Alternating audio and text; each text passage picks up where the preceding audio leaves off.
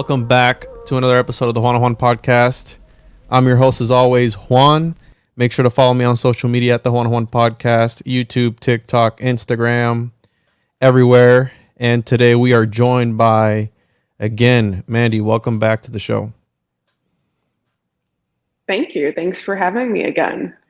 Hopefully I didn't say too much last time that didn't get me kicked off the show.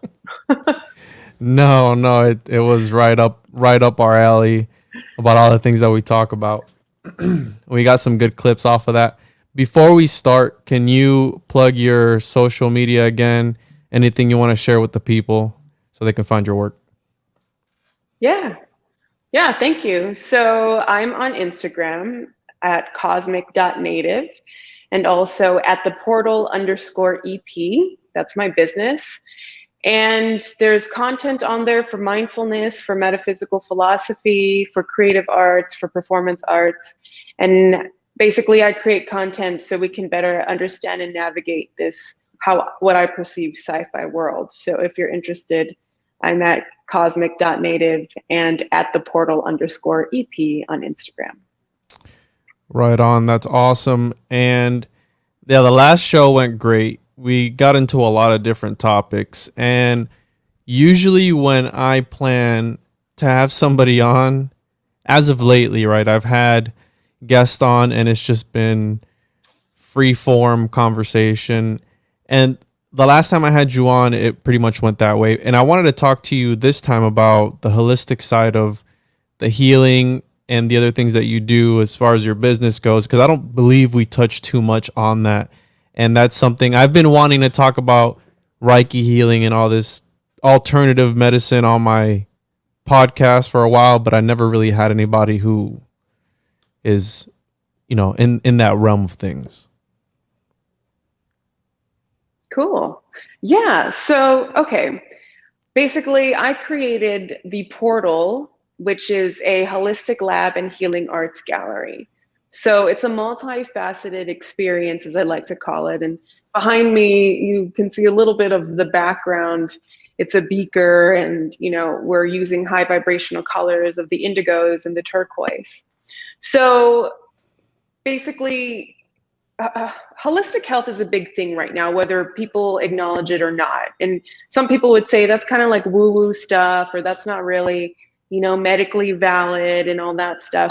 But we're really entering a whole new age where the things that we once thought were, so academic or so scientifically proven, or, just what claimed accolades to be real knowledge is breaking down and is showing itself as false, is showing itself in greed, is showing itself as, not the true reality of things.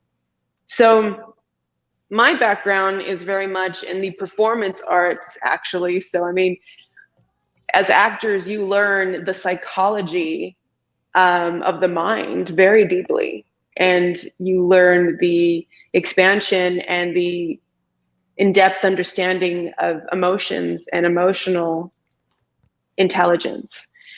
And so throughout my life, I, worked as an acting coach, and I was a performer myself, and then an agent and a talent manager. And everything kept coming in the same consistency when I would work with my clients. And a lot of times they were children. I worked with children and teenagers and adults and seniors.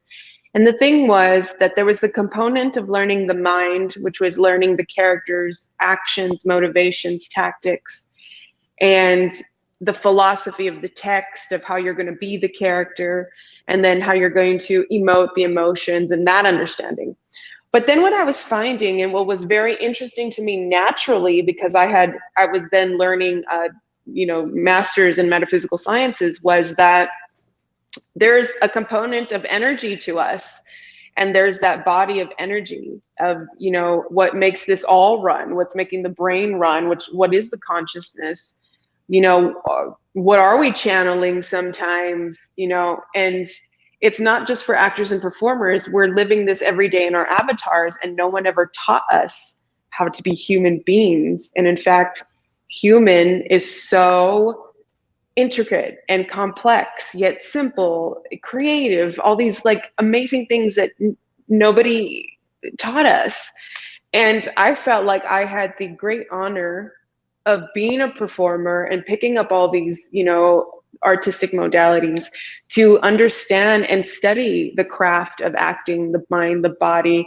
And then I had professors, they would integrate yoga, and that took, the movement and understanding our avatar to even deeper levels as you study it. So basically in life, as we grow in our consciousness, right, Juan, where like we pick up things and then we're supposed to be growing and expanding and never really like staying stagnant. So in my growth and development, I realized that kind of like shooting to be like an actor performer was really not my thing, even though that was my whole identity, my whole life. That was my growing up in college. So it was like, it felt very like flat to me, like I wasn't curing cancer or anything like that. That's literally how I saw it, like, and then later on I found out about like the dark occult stuff with like, the children and the sacrificing and all that stuff. So I was like, oh my God, what am I doing? So in that, there was room for this expansion of this exploration for creative intelligence. Just like IQ and EQ, there's CQ. And so I've paved my own way to explore that and to implement that. And what it ended up being at the end of the day was the alignment of the mind, the body, and the energy field, and the understanding of that. And we have to all go back to the basics, and it went back to what is our holistic sense? What is our health? What is our, what are those modalities of health that we never talk about, right? What is that? We talk about dis-ease, and people think, well, that I have cancer, then I have something really bad. I need some pills, I need some medicine. And it's like, but we're not looking at the root of dis-ease, which is the body is not at ease. That means your nervous system is completely like jacked up. You're going into fight or flight mode, and you're manifesting things within yourself very specifically to whatever it is that you've got, whatever disease you're carrying. So when I'm talking about looking back at that, what is that? What's the core? How do we manifest that? That is the exploration of holistic healing. That is the exploration of the energetic body and how that works within us. Wow, that's a lot to unpack. You broke up there for a little bit. You said that when you get into the thinking, you start manifesting. You said the disease pretty much is what happens towards the end there. Yeah. So taking the word disease as an example is, again, breaking down dis-ease. It just means your body's not at ease. So you're creating that flight or flight survival mode within you. And then, it's a domino effect. Then the nervous system goes out of whack. Then you yourself are so powerful that you can manifest that dis-ease, however it manifests, and, we're just taught like, oh my gosh, like it's these horrible diseases, but it's like, well, what is the core of how did we manifest that disease along with our, circumstances and environmental happenings as well, you know what I mean? Because there's fluoride in the water, and there's chemtrails, and there's all these things in the actual like simulation that we're on that is aiding in these diseases too.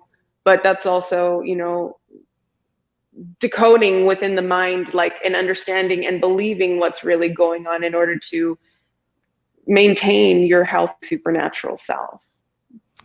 Yes, and ladies and gentlemen, we're having technical difficulties today. The archons are fucking with our stream, so just in case Mandy breaks up or I break up or something, just know that the powers that be, these little reptilians, are sending gremlins our way to fuck with our connection and stuff like that. So just a heads up. Right? I came across it on TikTok, obviously, this post that said there are it was pretty much saying that whatever's in the air, oxygen, is actually killing us slowly, because there are animals at the bottom of our oceans that are immortal, that can live forever, apparently. So that would Mm-hmm. fuel the idea that maybe there is something in our air that is killing everybody, right? Because you have tortoises. How long do tortoises live for? Very long time, and all these Mm-hmm. different Yeah, animals. But totally. then you have animals in within the ocean that supposedly are immortal. Now we have pollution. We have other certain things that probably kill them off, and that's why they die. Because I truly do believe, ever since my first and only psilocybin trip, that we are a fucking cancer to this earth, and all we are just destructive in nature, and whatever we do, whatever we touch. It was like that one, what's that king that would touch everything and it would turn to gold? What's that story? Do you know about that story? Let me look it up. Um, I don't know. I Anyways, don't I'm know pretty that sure, story. have you heard of it But where he touches everything that turns to gold, and pretty much it's like, don't be fucking greedy or whatever. yeah, I get your concepts. I Midas. just want to say, oh, I have no idea. I'm completely out of touch then. Yeah, the king wished that all he touched might turn to gold, but when his food became gold and he nearly starved to death as a result, he realized his error. So it's pretty Mm, much, don't mm, be a greedy fuck. And that is from Greek yeah, mythology. That's why they call it the Midas yeah, touch, right? And yeah, I had no idea that there was a metaphysical science degree. That's an actual thing. yeah. It is. And the thing is that, well, it's funny. I was just talking about this earlier, is that a lot of the times people think the metaphysics sciences are like about this, like woo woo stuff, but it's not. It's philosophy. It's like, if you step in the same river twice, is it the same river? And if, you know what I mean? Like, it talks about categories and species of categories and what makes a category a category. So it's actually more like philosophical than it is like, let's study that ghost over there. Does that make sense? Yeah, yeah. And I've always said this. I've said there's a very thin barrier between science and the metaphysical, and that's why I believe we have quantum computing, quantum physics, because they're trying to Mm-hmm. bridge that gap. And I hate to bring this guy up, but I was doing some research on Jack Parsons, which is, they call him the father of modern day rocketry. And he pretty Mm-hmm. much, without him, and history is a very fucked up subject, because it goes against a lot of the things that happen in history, go against morals. But at the end of the day, what are morals? It's almost like, what is good, what is evil, how do you interpret that? And that's up for debate. But Jack Parsons, pretty much, he was a scientist, but he did his rituals, he practiced sex magic and all these different, he was in with Aleister Crowley and all this whole group, and they practiced these rituals at night through occult means and all these different things. And this was a guy who recognized that there was science and there was also the metaphysical, and they went hand in hand. And he was trying to pretty much find that connection. And the guy who actually invented, speaking of the occult, the guy who actually invented the modern day computer, Charles Babbage, his whole premise behind making the computer was so that he could prove the existence of God through technology. And the guy who helped create the computer actually tried to summon the devil one time. And again, that's why I say history is very, very crazy, because there's so many different things that a lot of people fail to understand or don't want to accept, such as with Warner von Braun putting us on the moon. I'm currently reading a book on LSD,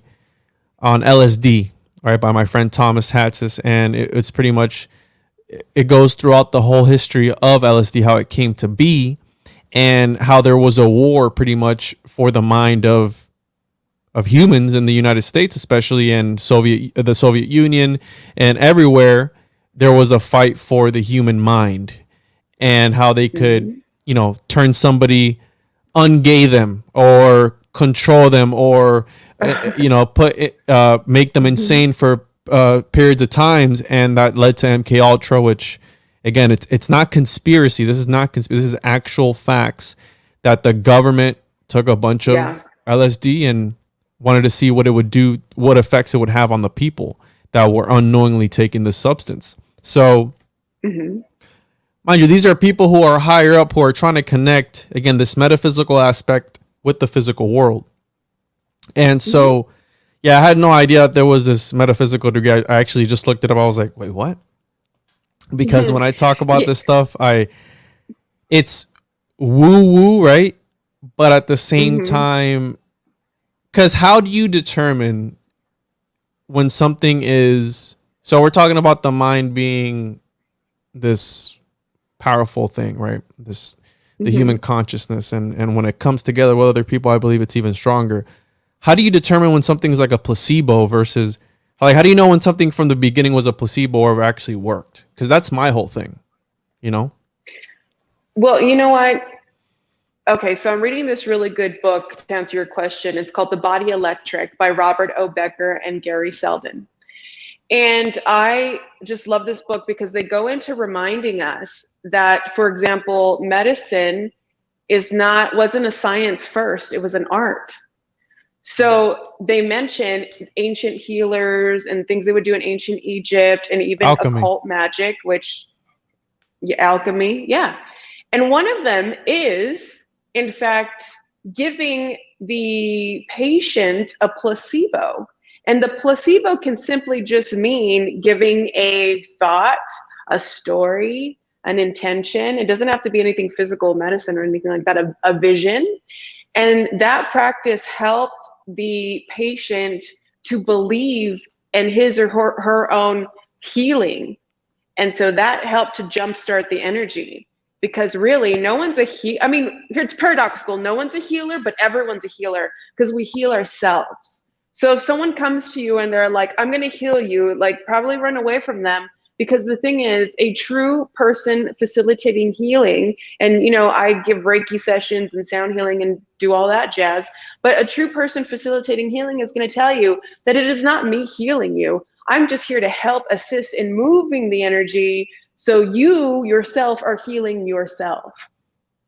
So that's part of it. To answer your question about placebos is, well, sometimes we don't know, and sometimes I think maybe they are necessary because people need to get out of their own way. you know Yeah, yeah, and that brings me back. My father had a heart attack not too long ago, and I feel that what contributed to his recovery was his mindset of wanting to get better and believing that he was better, even though at times he wasn't, right. But he did believe that he Mhm. was, so I believe that helped him more than anything else. But then what kills it for me in this realm of things, of the metaphysical and these alternative medicines, is people. I don't know if you've heard of John of God. Have you heard of that guy? Oh yeah, of course. Yeah, I mean, John of God was harvesting women and having a baby farm and probably providing it to the six satanic elites. Like, do you know what I mean? I mean, but but it's trust fucked me, up is what you I will mean, because find. Yeah, yeah.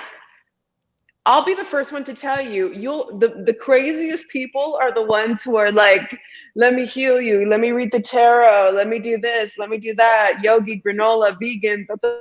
The craziest people are doing that. That's why you have to have your discernment, that John of God selling babies and being Oprah's best friend, right? yeah, So it's like, they're there playing a role for us because we need to discern and be like, that's a little nutty. You know what I mean? Or that's not, especially when they're like, come see me 5 times so I can heal you with the egg or whatever the hell, or you got a curse on you. Like, all that stuff is not true, because when psychics or healers or whoever tell you, you're broken, you need more healing, you got a curse on you, that's again the reverse placebo effect. Are you going to believe it and then manifest it to be true? you know yeah. I can get behind you. I'm just saying that this to me, because science, even science itself, doesn't know where it stands. And this can play into what's happening in the real world right now, right? We both know what's happening right now. There's a war for, I believe, our consciousness, our energies, our minds, everything as a collective. They're pushing a certain narrative. We're seeing other things. And I see it over and over and over again where at the end of the day, I reserve the right to change my mind on whatever topic that I talk about on this podcast. And a lot of people, I'll get like an email like, "Oh, well, why are you saying that this is true and this is not true? Well, are you saying that God isn't real?" I said, "Listen, I never said that my ideas are the final thing. I'm presenting different viewpoints because when you get locked in a certain aspect of something, you have confirmation bias, right? You have things where you want it to be real. So you be, again, you, like how you're saying, you make it real for yourself, whether that be, manifesting something within yourself or you want to manifest something in the world. But people will come out and be like, "Oh, well, so if you're talking about the earth being flat, do you believe the earth is flat?" And I'll be like, "Hey, I don't think that the world is flat. I want to talk about it to see why you think, or somebody, not you, but why that person would think that the earth is flat, or whatever idea it may be at the end of the day that I talk about." But one of the, what was I was going to ask you something else and I completely forgot because I went on that fucking tangent. But no, I don't believe the earth is flat. I do think it's round. But oh yes, about science right now in this point in time, we're seeing it, right? We're fighting with our families, fighting with friends because of what the establishment tells us. But I have a question for you. I don't know if you can answer it or not. When do you draw that line, and when are you able to believe the system that imprisons us? Because that's something I think about as well. You know what I mean? Like, well, maybe sometimes things do work, and sometimes they are right. And where do we draw that line? You know what I mean? So I think that's why, it's so important for us to work on our creative intelligence and our holistic health, because when we start to bring the left and right brain together to work in its fusion, then we're able to really, again, see past a lot of the illusion and to make choices, to resonate with choices in the regards that, like, this is safe. I want to go down this path and explore it. It's not, trying to annihilate me. Or this seems, a little like harmful. I think they're lying. That's some propaganda going on. I might, walk into mind control or something, So it's really about, again, it goes back to that alignment of self. So when we learn about our chakra system and how we access, all the lights and the points, the energy fields within us, when we work on merging the right and left brain, when we work on our creative intelligence, when we start to understand how our vibrations resonating or not resonating, when we start to look at the food that we're eating, when we start to, speak our authentic truth, then we're creating and we're living in a world where it's easy to see the dichotomy of, like, what is for life force and what is for, killing a species off, So it goes back to, I think, our evolution of, like, how do I know, like, the system in a parallel way will change when we change. So I believe that to be true. It's going to change when we change. So Yeah. maybe we're not even going to be having these conversations about something after us because we've reconciled that. Yeah, it's like that Terrence McKenna quote that I posted the other day where he said pretty much the first augmentation of virtual reality was language. I believe language is very important because without that, then what do you mean by we won't later on be talking about it? Do you mean like we won't be talking language, or do you think we won't be vocalizing language, or what do you mean exactly by that? Well, we could be telepathic. So again, another superhuman attribute that we already possess, but it's dormant, it's not on. And sometimes it is. You probably are telepathic with your wife and kids and your family that you're close to. And that's going to start to turn on. And some people receive it as the language they know. They receive it in pictures and visions, just intuitive thought. So that's a whole other experience that's going to absolutely bring us together. I don't know if in our lifetime, but definitely we're already, we know that we're getting those telepathic communications, and there's children demonstrating it. And so we're being opened up to a whole new world to cultivate and to nourish that. And, that's why I come with my, what I think is a creative experience and creative tools, because I already see that happening. I see us metamorphosizing, past this old stuff. And, to step into that, like, okay, I've been seeing a lot lately, I don't know about you, of stuff about the black goo. Do you know about the black goo, Juan? I saw that, but what the fuck is all that about? I saw that. I think I heard somebody on Louder to a Crowder, I think, this morning, but I haven't looked into it. What the fuck are they talking about? Okay, so the black goo, it's like you see it in pop culture like forever. There's always like a movie about this black glue blob stuff. There's like singers and they'll do their like music videos and they're like crying this black goo. It's like weird stuff. Recently there was an article cover with the puppet, poor girl, I mean MK Ultra victim, Greta Thunberg, and she has the black glue over her face with one eye, which we know what that represents. And so like, I'm just like, okay, this is just like, to me, okay, watch, pause. To me, I'm like living in the future. We've already defeated everyone. Like, this is just like a psych op for the sleepers to wake up, okay? Because it's just so obvious. But anyway, so the black goo is AI, and it's magnetic. And there's these videos where you put like it close to each other in a jar, and it's like heavy, it's like magnetic, like it wants to merge with itself. Where do you get this black goo And from? well, apparently the black goo is also called, I'm seeing it in my mind, so I'm sorry if like I'm saying it wrong, but it's graph inoxide. Let me And that's pull one that of up. the elements in the, yeah. And that's one of the elements in the vaccine. Okay. And so they say it's like dormant, like between our ground, like under our ground.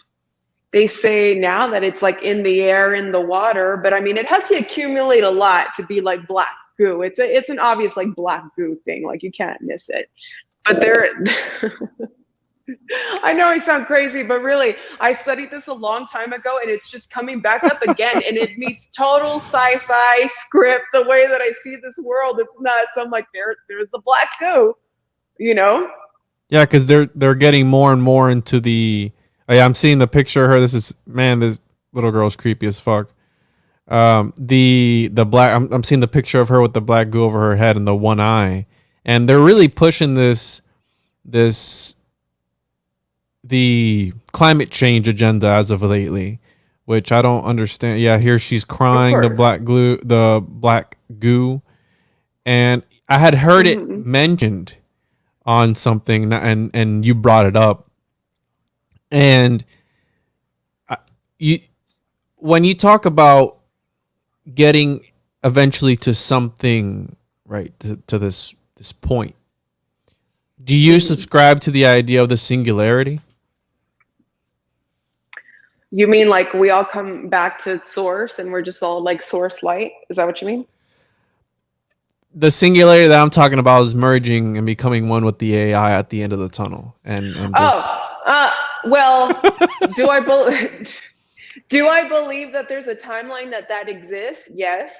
Do I believe that this Earth is currently on that timeline? No, because of all the great things that are happening, that we're creating, that we're even having this conversation, but also because everything's breaking down so obviously. So I'm like, no, great. We by an inch, we made it. We jumped on the new Earth timeline, the timeline where we're going to be organic beings, some of us. Maybe we might have to integrate like AI people too. Maybe that might be the new freaking journey. You know, if we're not already, maybe we always have been with the NPCs. Do you know, maybe it's just the great reveal that, you know, most of them have always been NPCs, and how do we deal with that? Do you know? Or I do know that I have research information that the Greys are us in another timeline when they did merge with the AI. So that's why they're like all jacked up and cloned themselves 50,000 times and came out the way that they did, and then crossed over to another alternate timeline to get our DNA and to sway us off of committing the same repetitive cycle of merging with the, you know, a transhumanism agenda. So, I mean, there's so many. There's so many. I just had something click in my mind now that you're talking about. I had Michael Powers is his name. I forget. Michael P. Masters, I believe, is his name. I forget. He wrote a book about that. Let me look it up just so I don't fuck it up. Yeah, Michael P. Masters, and he wrote Identified Flying Objects, a multidisciplinary scientific approach to the UFO phenomenon. And we talked about that because the whole book is about the Greys are us from another timeline, and they came back to study us, such as archaeologists would study bones. But back to the black goo. Mm-hmm. You talked about the Greys, about them cloning, and it just clicked in my mind. One of my favorite movies of all time, Prometheus. And what is it that does them in? The black goo in the fucking room with the big head. Holy shit! It's like the the one thing that led me down the rabbit hole of creating a podcast was I don't know if you ever heard of the Saturn time cube simulation hypothesis. Have you ever heard of that? I know about the Saturn time cube, but tell me about the hypothesis. Well, the idea. So when I don't like to say theory when it comes to things like that, because a theory can be proven scientifically. A hypothesis has not been proven scientifically, right? So when I say a conspiracy theory, well, it's kind of like a paradox because it's not, you know, the whole conspiracy theory is that you can't prove it, right? It's like, well, either Occam's razor or Hitchens razor, which one is it? Who the fuck knows, right? That's why I always say I reserve the right for me to change my mind about everything. But like the black goo that you're talking about, that now that I think about it, is everywhere. There's cubes everywhere, these black cubes, such as at Mecca, at the 9/11 memorial, all these movies, Hellraiser, Transformers, The Matrix, all these movies, there's always a black cube. What does it mean? Who knows? A lot of people say it's Saturn worship, and you can trace back the idea of Saturn, Kronos, being the Satan archetype, the Moloch archetype. And it goes back in history, right? If you trace all those steps, because at the end of the day, history doesn't always repeat. It often rhymes, because I feel it's just recycled names, people, figures, these archetypes, and all these gods, I feel, are the same thing just over and over again. And the reason I wanted to talk to you, speaking of gods, and the reason one of the things that has always interested me in talking about Reiki and these other alternative medicines is because a lot of people subscribe to the idea that Jesus Christ, the years that he was missing from his life, from the Bible, he was out doing these Reiki things around the world. That's how you get Buddha, Krishna. You get all these, Quetzalcoatl, all these different places throughout the whole world that have a quote unquote Christ-like figure. And Christ is a title that is earned through how do I say this? Through, in the Gnostic cosmology, when they baptized Jesus in the river of Jordan, it's fucked up, but they say that the Christ possessed Jesus and he became this God, right? Which is fucked up. And let's not forget, we're to touch on the topic of the government always fucking things up for the people and lying to you. Let's not forget. I was just reminded the other day when I was reading a book that the church tried to hide the contents of the Dead Sea Scrolls. And why did they try? Because what's on the Dead Sea Scrolls goes against the main narrative, which is something that we're touching on today, where it goes against the grain. When we talk about things such as what we're talking about today, especially, it goes against the main narrative. It goes against the establishment. And I think we talked about that last time you were on, where the powers that be are always fighting against us to not get the message out there and have these conversations and these thought-provoking ideas. And so anyways, yeah, the Saturn time cube, they're related to, I don't know if you've heard the sounds that come from Saturn. Have you heard that? Yeah, I have heard a clip of some Saturn sounds. Yeah. It's fucking Yeah, terrifying. totally. Totally. I mean, yeah, that's their, yes, they're totally worshiping that, Saturn whole mythology, and they're coming back and reincarnating themselves. Absolutely, 100%. I don't know if you ever know before I go into Jesus, but I don't know if you ever know the theory that the truth behind the Iraq war with Saddam Hussein was because Saddam Hussein had a ancient relic that opened up portals. And so that Yeah. was considered the weapon of mass destruction. Yeah. He And also believed he was the reincarnation of Nebuchadnezzar. So that was a fucking nut. exactly, that's exactly 100%. I mean, Yeah. yeah, but they're all doing it. They figured it out. Did They you see? figured it Did I out. They're send all you that doing it. So article? Did I send you that article? I don't know if it was to you or who I sent it to, where they had, I think it was, they just returned like a 2,300-year-old Sumerian tablet back to, I believe it was Iraq or some other fucking place over there. Did I send that to you, or who was it yeah. that I sent? Hmm. That's fucking crazy. Yeah, no, yeah, you're right. You did send it to me.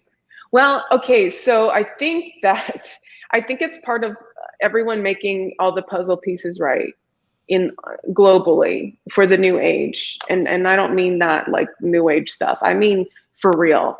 Like how much stuff have we moved, and how much of it for needed to be there for a reason, reasons beyond us. It's like, okay, so let's go back to what you're saying in Jesus, and what you're saying is absolutely true from what I've read. Jesus would go to the East and he would learn yoga. And I'll tell you, you look at, the pictures or the statues of Jesus on the cross, and he is nailed exactly where the main points are when it comes to Reiki or energy work. Okay. So, I mean, in my opinion, Jesus was one of the greatest metaphysicians to walk the planet. He was an alchemist. He touched the lepers, so when people are like, wear the mask, take the vaccine, Jesus would have done it. You're like, motherfuckers, he touched lepers. Okay. Jesus knew what was up. All right. He knew. So the thing is, Jesus also, there's a great book by Dolores Cannon, Jesus and the Essenes. In the Essenes, where the mystics like Scholars. Gnostics, they train scholars, yeah, and fusion artists, scientists. They train Jesus and Mary and Joseph and many others that were equally as important. Means of astrology and numerology and the metaphysics. Maybe they called it something else, alchemy. All that jazz. And the thing is, the greatest secret and why the church became the church and why, they hid things from us, because the greatest secret is that we human beings, us, can access Christ consciousness. In fact, we're activating at a high rate like never before, it seems. And we just keep going and going and going. And that's the thing, we have access to what everyone, the gods, what Jesus, what everyone has access to.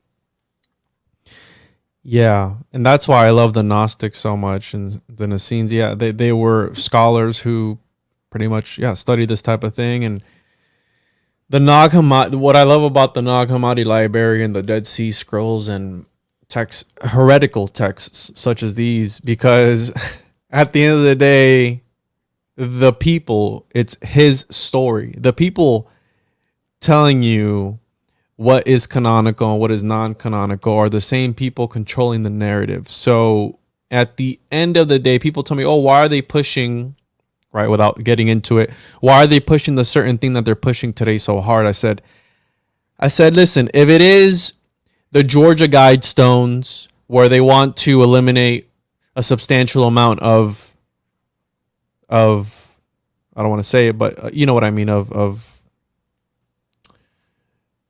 the population, right? They want to eliminate a certain, I wanted to find another word, but if they want to eliminate a certain amount of the population through this thing, through chemical means, I think we would have noticed by now that something was going on. Now, they are withholding information. We can't believe all the information that's out there. Why? Because they control the narrative, they control the media, they control everything that is again, George Orwell's 1984. This shit was already written. I don't know how they... Did you know in 2009, Amazon deleted copies of 1984 from people's Kindles? Did you know about that? Say it one more time, please, because it was getting a little digitized. That in 2009, Amazon deleted copies of George Orwell's 1984 from people's Kindles. In 2009. Yeah. Right. So totally. Again, trying to... And it might not all be 1984, but whatever. So back to the point that I was trying to make, which I forgot. But anyways, oh yes, the Essenes and the Gnostics and everything. I'm 100% on board with you when it comes to being able to, through gnosis, achieve this Christ-like figure. And now that's a very heretical thing for me to say, because I was born and raised Christian Pentecostal. So when I say shit like that, it's like, oh, I'm going to hell. But at the end of the day, it's all a business. The reason that they're pushing what they're pushing nowadays, these companies are making billions and billions of dollars quarter over quarter, because again, they're all in bed together. The politicians are two sides of the same coin. They don't care about you more than the next guy, et cetera, et cetera. But they need this divide. They need something to be able to split our energies in half, right? You'll divide these two people. On that side, there'll be these people. On the left side, there'll be the other people. And as long as they don't come together, and that's why I'm so passionate about realizing that we are in some sort of controlled simulation, 100%. Even if it's not a computer simulation per se, and we're not some brains in a vat jar somewhere, this is a controlled experiment. I don't know if you've seen that movie, The Belkos Experiment. Have you seen that movie? No, I haven't seen it. Well, it's like a prison experiment movie where they give power to certain people, and you see, I was listening to a lecture of Manly P. Hall where he talks about how hierarchy affects the psyche of people and the way people think, because when you think that you're in a higher social status than the next guy over, that affects the way you think about certain things. It's like, I'm better than you. And in these movies where they put, where they give the prisoners power over the guards and they flip that hierarchy, it affects the way things are in, in the whole aspect of thing. But I do believe we're 100% a simulation. And these people, God, we have some delay here. I just want to add to your I want to add to your simulation real quick. One is I completely agree with you. We're in a simulation. However, I think there's also the antidote to the simulation is, although we are being, so here's the paradox, although we are being controlled by so many outside forces, you can still garner the control within yourself by learning the unfoldment of how quantum mechanics works and creative design of your own reality.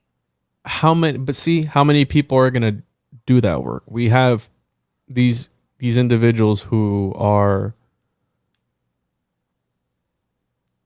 zombies in this realm, and they only want to believe what is presented to them. They're like, it's like it's like they're lazy in a sense, spiritually or physically. I don't know what it is, but how many people are gonna read about these things and search within themselves, right? How many people meditate nowadays? How many people want to understand their, the because it's how that conversation that I had with my friend Jeffrey, where he was a preacher, right? An evangelist, and it got to the point he was so far down the rabbit hole that he started to he called it pulling at the string. And when it started to unravel, Mm-hmm. it was like, wait a minute, this is bullshit. But then he stopped, Mm-hmm. right? A lot of them stop right there, go, wait, I don't want to go any further. You're just lying to yourself at that point. Like, where do you know what I mean? Like, if you're willing to do that to yourself, what are you not willing to do to somebody else, right? If you're willing to just stop right there, deep down it's bullshit, but you live from that, or you put all your eggs in one basket, how they say, and you just don't want to accept the fact. Purgatory, the idea of purgatory came after Christianity was established. Like this idea of we're going to hell, we're gonna our souls are gonna be entrapped somewhere. That came after the fact that it was established.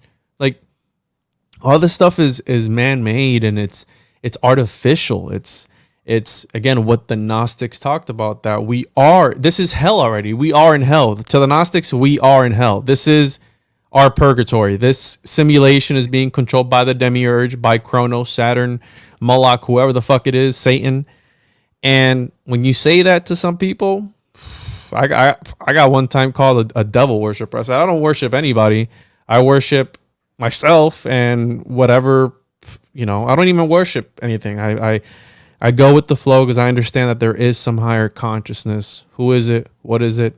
I don't know. I don't think it should be labeled, to be honest with you.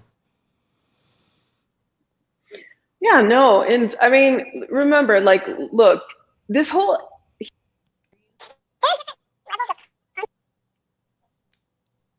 You're you're breaking up, Mandy. 47. Mandy, can you hear me?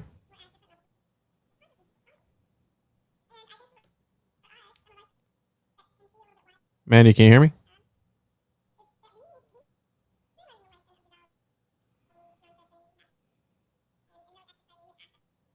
I can't hear you.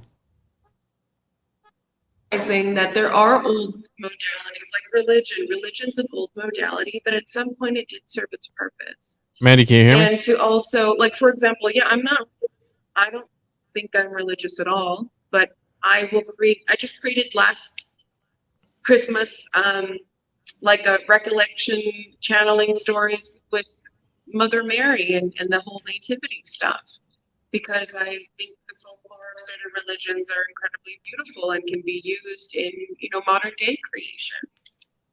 So, I think that it's just how we see it. It's so interesting. We can look at it and take it up and be like, some of this stuff is sinister shit, but then also realizing, like, if that's not what we prefer, then what can we do to really, practice, as hard as it is sometimes, that it's a gift that we know what we know, and that we're able to ingest certain different kinds of knowledge. And when we're called to apply that for someone else, whether it be a conversation or in your business or whatever it is that, we're just part of that level of helping and assisting that new creation. And someone is doing that for us too at another level as well. So it's like you said, your friend, how can my friend know this and he's not living it? Well, it goes back to the closing of the throat chakra, the blue chakra, not living your authentic self, not living your truth. So then that's where, vibrations and sound healing and metaphysical stuff comes in. And when people are ready, they'll go for it. And it's their will, however they want to live life. Can you hear me, Mandy? Because you broke up really bad there for a second. Oh no. I can hear you, but something. Yeah, your mic cut out and you sounded really squeaky for a second. It was fucking crazy. Oh. Like I said, ladies and gentlemen, the archons today are out to get us. They knew this was gonna happen, and they are not happy. Oh, there she goes. 47.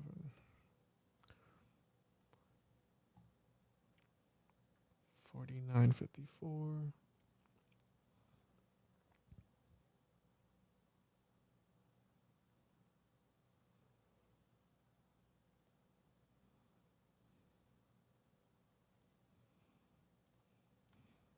Can you hear me now? I'm back. Can you hear me? I can hear you, but we're still kind of like um not in full Yeah, capacity. man, this really pisses me off. See, you're right. Maybe the Matrix is messing with us. Yeah, no, 100%. They know this shit was gonna happen, and they don't want the message out there. But I'm gonna either way. I'm still going to salvage everything else is fine until now, and I'll still salvage everything that I can from the conversation. Which, again, can you hear me? I can hear you now a little bit.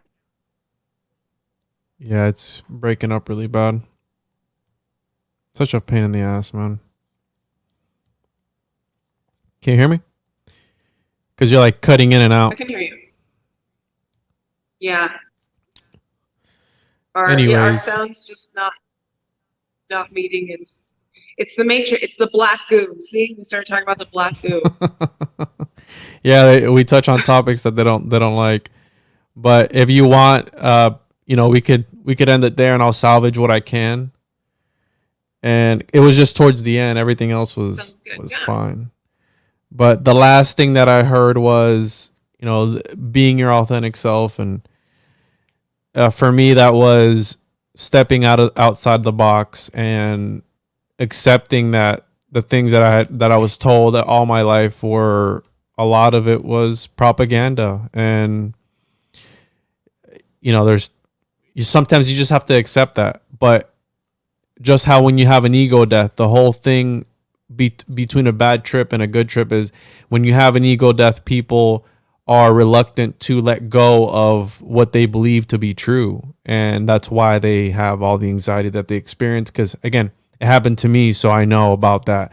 And it was because I was fighting the experience and wouldn't let my ego dissolve because I didn't want to not think that everything I knew was bullshit in the end. So